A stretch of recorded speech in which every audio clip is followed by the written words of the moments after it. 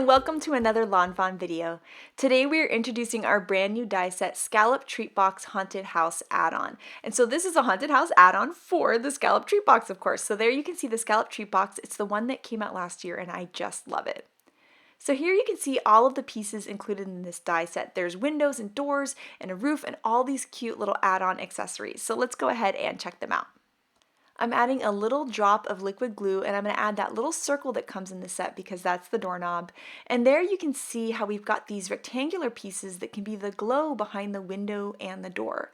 But there's actually another way to use those pieces, and I'm going to show you that in a second. So the first thing you need to do is cut the pieces of the Scalloped Treat Box. Then you need to fold along all of the score lines that the die created for you. And you're going to fold along all of those on both of the pieces. Now before we actually start to form this box, we're going to cut all of our openings and kind of start decorating it. So here we have that little rectangular piece, that's the door opening, and then this window piece is the one for cutting the window openings into the treat box. So I'm going to hold those in place with some low tack tape and then run it through the die cut machine, and you can see how I've got the door opening there and then all of the little openings for the window too. I'm going to take that same window and cut it 3 other times out of the box pieces so that I have lots of little windows everywhere. The next step is to cut some vellum. So the reason we're cutting vellum is I'm going to put some tea lights in here, and I want the light to be diffused when it comes out so that it really looks like it's glowing like a house. So by adding this vellum, we're going to get this really cool diffused texture. So what we're going to do there is put some Scor-tape. There's some nice strong tape around all of the window and door openings.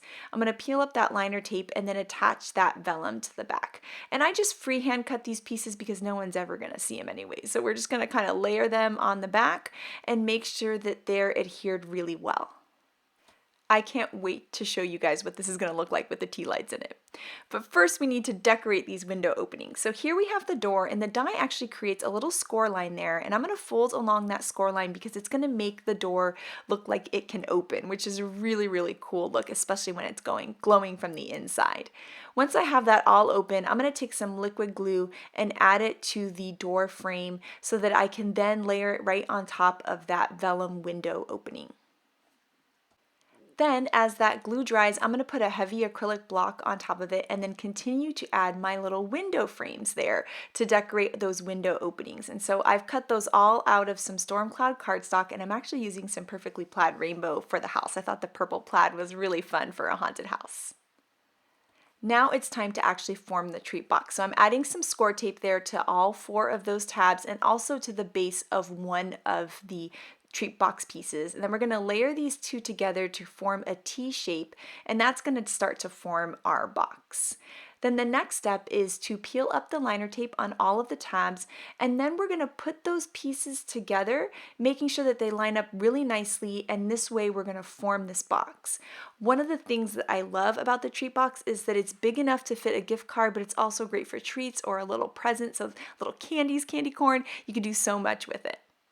Now these are the roof pieces, and there's a score line on these too, and so I'm folding along the score line there, and that score line is there so that the roof shingles kind of hang over the side of the house. You'll see that in a second. So I'm just going to take a bunch of tape and add that right there to the top of my treat box, and now it's got this cute little spooky roof. Now it's time to start adding all of the extra accessories. So I've added some foam tape there to that really cute little bat. I'm going to add that spooky tree to the side of the box. And then I'm going to take another little bat with some foam tape and then add that little adorable cat. I love that cat so much. And then I added some foam tape on that ghost there too. Then here, this is a little tiny pumpkin from the stamp set Happy Harvest, and I'm going to add that there because I love that pop of orange. And then here are some little inexpensive electric tea lights. I bought these at Target, and so they're really great because they actually flicker, which I love. So I'm going to turn them both on, and this box is big enough to fit 2 of these little electric tea lights. And please don't use an actual fire tea light, only use electric tea lights. And then now I can close the box there, so I'm just going to insert those little tabs into the opening opening on the side. I love that this box can open and close as many times as you want. You don't need any adhesive to close it.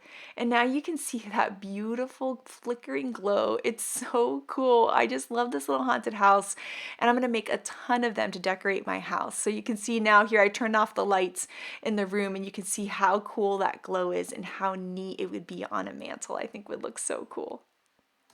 Now next up, I wanted to show you another way to do the windows and doors. So the first thing I'm going to do is actually trim off a storm cloud door and layer it on top of a black door. That way the door has a different color than the frame, and it's just kind of a cool extra technique to add to it. And then I'll add my little doorknob on there too. Now this time I'm going to take those window frames and I'm going to layer it over that solid window piece instead of cutting an opening out of the house. I'm also going to layer the rectangular piece on the back of the door. And so I've created the glow with cardstock this time instead of with actually creating an opening in the box. So there's two different ways depending on if you want to make it glow or if you just want to decorate the box. So now I formed my box out of some knock-on wood paper. I love the orange with the wood grain for Halloween. And then I'm just going to take some tape runner and layer all of my pieces onto the house. I've cut the roof from some black licorice cardstock to get that classic black and orange Halloween look. And then I've taken the cute cobweb and I've cut it from cilantro cardstock, and I'm actually going to trim off pieces of it to make it smaller. So I'm just going to cut off that bigger portion and then just trim the edges to make them look nice. And now it's going to be a perfect fit for the top of the roof, which I think is a really, really cool look. Now on the back here, I started playing around. I had two windows at first and I thought it looked too much kind of like eyeballs staring at me. So instead I decided to put a little tree there. And then I went ahead and took the spider also from Cute Cobweb and I'm going to have it hanging from the tree. So I'm just going to trim off a part of his little string there and then just adhere that right on. Next, I'll add another window and then I'm going to cut a ghost from some vellum, which looks super spooky. I'm going to add a little bit of tape to his little tail there and tuck him behind the door so it looks like he's coming out of the door, which I think is really fun.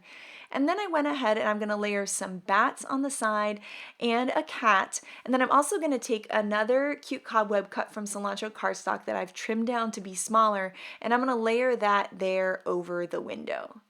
And so now you can see just how cute this is. It was super quick and easy to decorate because I was just layering all of the pieces on, yet it's still super spooky and super sweet and a fun way to give a gift. Next up, I thought it would be fun to create a haunted house out of an unexpected color. So this is one of the turquoise knock-on wood colors, and I'm taking some merman ink and just inking the edges just to give it a little extra look. I feel like it looks kind of spooky or kind of Halloween-y. It looks just kind of fun. And then I'm going to build the whole box, and then once I've built it, I'm going to add a little bit more ink to all of those folded edges just to make sure that it kind of looks the same everywhere. Next, I've cut the roof out of some storm cloud cardstock, and so I'm going to layer that on both sides of the house. And then I'm going to do something a little bit different with the windows for this one. So instead of using just a plain colored cardstock, I thought it would be cool to take my Copic markers and just layer some yellow. So I've done Y17, Y15, and Y13. And so I'm trying to create like a little glow in the middle that goes darker to lighter on the outside. And you can see when you layer that, it really does look like it's glowing. So it's kind of a way to step it up a little bit. And I'm going to do the same thing for my window. So you can see when you layer that window on there, that glow looks super, super cool. Then I can just take some tape runner and start to adhere the door. And then I'm trimming down a white cobweb there that I'm going to attach to the front of the house and then add my cool little spooky tree. Next, I can add my glowing window there to the side, and then I'm going to add another little pumpkin from Happy Harvest there to the front. I just love that orange pumpkin on the front. Add a little doorknob, and then I'm going to take a full cute cobweb and layer that on the back of the house, which I think is a really cool look. And then I'm going to add a window, and then I'll also take the little spider and layer it behind the cobweb, which looks really cool. Now I'm going to close my whole box and add a bat to the top of the box, which I thought was kind of a fun look, looking like the bat is kind of flying to the house.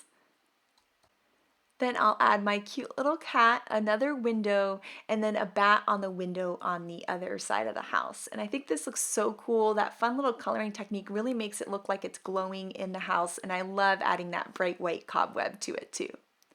And then here you can see all 3 of the houses that I created. I love that you can change up the look with the colors and the accessories, and then adding those tea lights in is just super, super cool. So next up we have some awesome houses from the design team, and I love these by Shari. I love that polka dotted orange house and how she added it to the milk carton die too, because it totally can work with that die also. Then here we have a super cute house by Lizzie. I love the polka dotted roof. It's just so cute, and that ghost coming from the door is just adorable. Yanea's houses are amazing. I love that she added the add-ons to the milk carton die too, and they just look so cool with that glow coming out of them. This house by Lynette is just adorable. I love her color combo.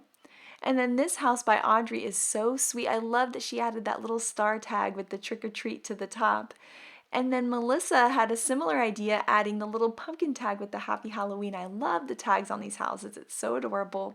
And then I love all this texture that Nicole added to her house. It's just absolutely amazing. So I cannot wait to see your haunted houses, so make sure to share them with us. Thank you so much for watching today, and have an absolutely amazing day. Bye!